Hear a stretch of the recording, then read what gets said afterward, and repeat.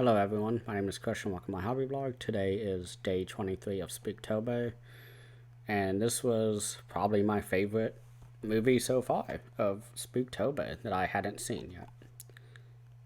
It is a David Cronenberg film. It's one I recently got on the Criterion Flash sale, and that is 1979's The Brood. I don't know where to start with this. It was absolutely amazing. Very fucked up in many parts. I guess the plot of the movie is that our main character, Art Hindle, who is the actor, I've seen him elsewhere. He may be a regular with Cronenberg, but he has a daughter who,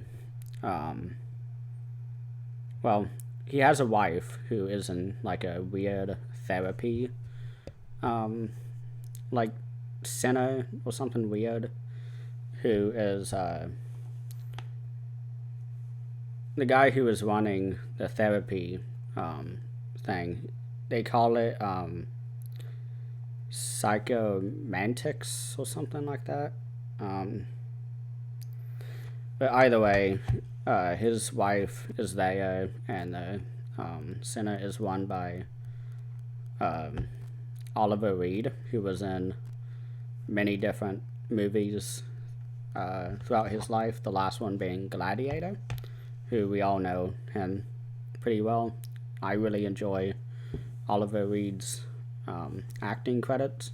The ones that I've seen him in, he pops up randomly throughout like film just in general, but he just stole the show every time he came on camera, in my opinion. And so that's the basic premise, is that his wife is at the therapy thing and not everything is as it seems.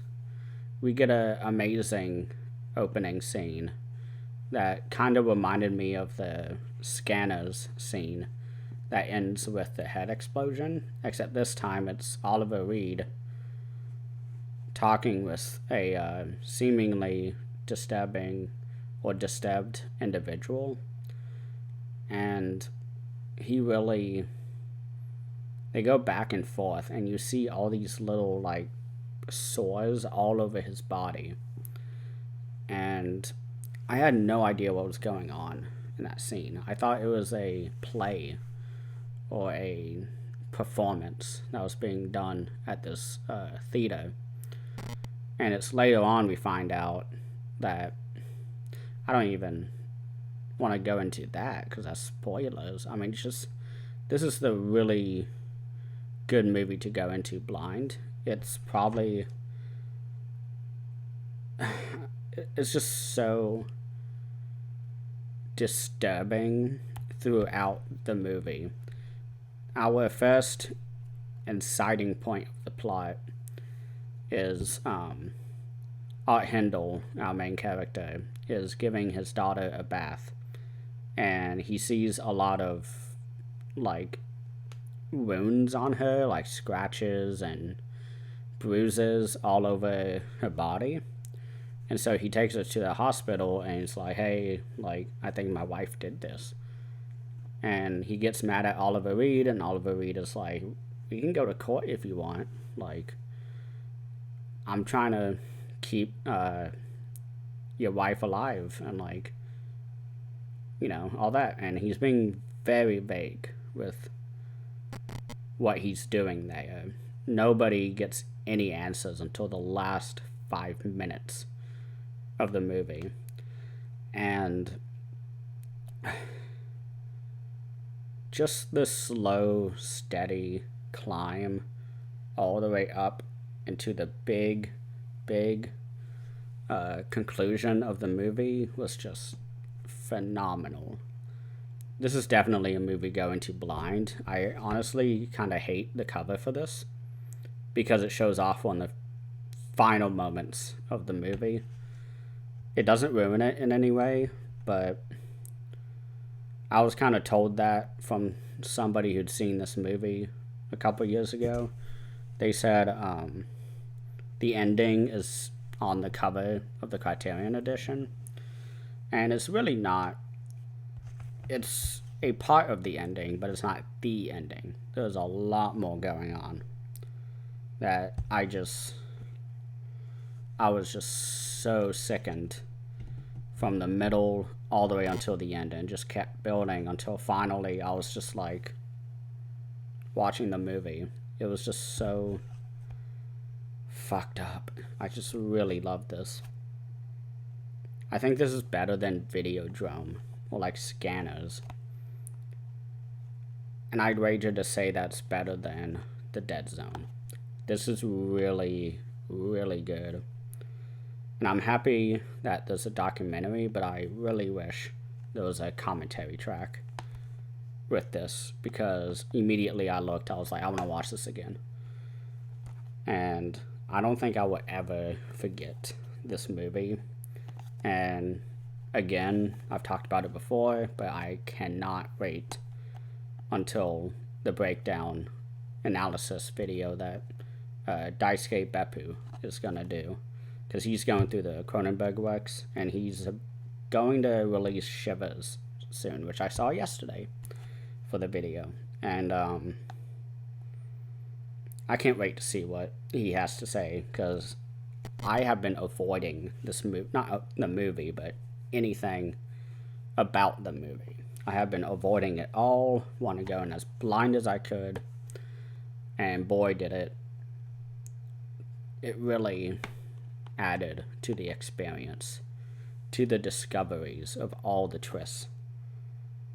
And my gosh, it is just wonderful. I can't wait to continue on exploring this movie. I'm definitely going to watch the documentary as soon as I can. I should have watched it before doing this video, but considering the fact that there's so many spoilers to discuss, I want to keep it spoiler free, especially for those who don't know anything about it. And I'm sure watching the documentary is just going to give me more details about the spoiler stuff. But one bit of note that should be done is that this was the first scored movie for Cronenberg by Howard Shore, I believe, unless it's Rabid. I haven't seen Rabid yet. That's a early Cronenberg that I haven't seen, but the score in this movie was just amazing, very reminiscent of Psycho with the bang bang bang bang score. And it's funny because during Lord of the Rings, Howard Shore was the composer for that, and Peter Jackson was talking behind the scenes about the score and kind of meeting with Howard Shore to overlook the soundtrack that he was making. And when they were doing Shelob's spider cave and like that sequence, he was like, Peter, how do you want me to, do this score for this sequence? And he was like, just do The Brood and, Videodrome and Scanners. Basically just recreate the music from that. He was like, okay. And so I kept thinking of that while listening to music throughout the movie was Lord of the Rings. Because Howard Shore just... It's really funny to compare and contrast his Lord of the Rings scores with this. And just where he started was with Cronenberg, and he did many of his movies. And to see him go on to do Lord of the Rings, one of the most classic, biggest movies of the modern day, last 20 years easily, it's just amazing. At the same time, it also makes sense that he did the score for this movie, because Peter Jackson is a huge splatter fan.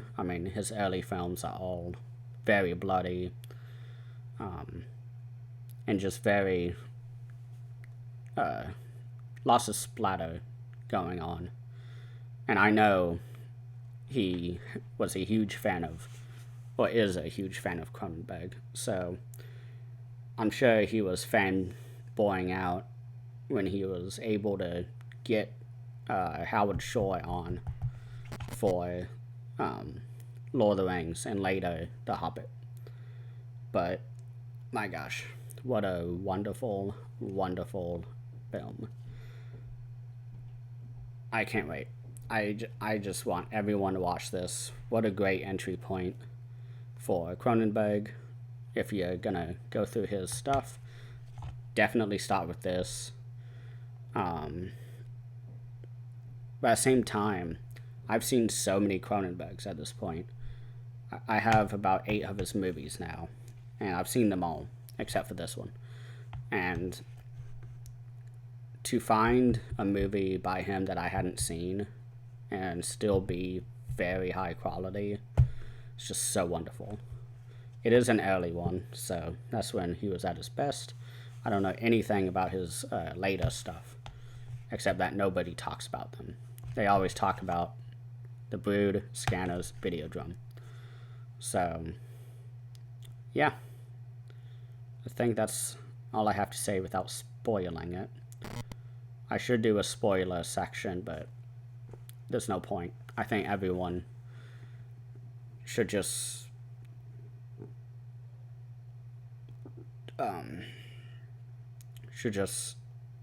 formulate their own thoughts about the movie and what the analysis and all that is and what they think about the ending, because my god, from the first inciting moment where we get our first kill and we see a glimpse of something, and oh boy, that my attention was caught so fast after that, and it just kept climbing.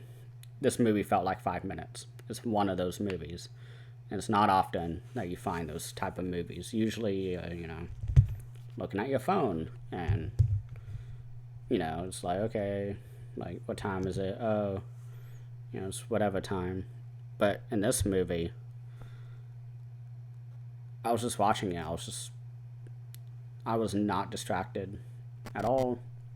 I was in love with it until that first kill. I think I fell in love with the movie, and from there just kept growing. So I think that's enough. I'm going to stop rambling. But please, everybody, go watch this. Go watch The Brood by David Cronenberg, 1979. Thank you all for watching.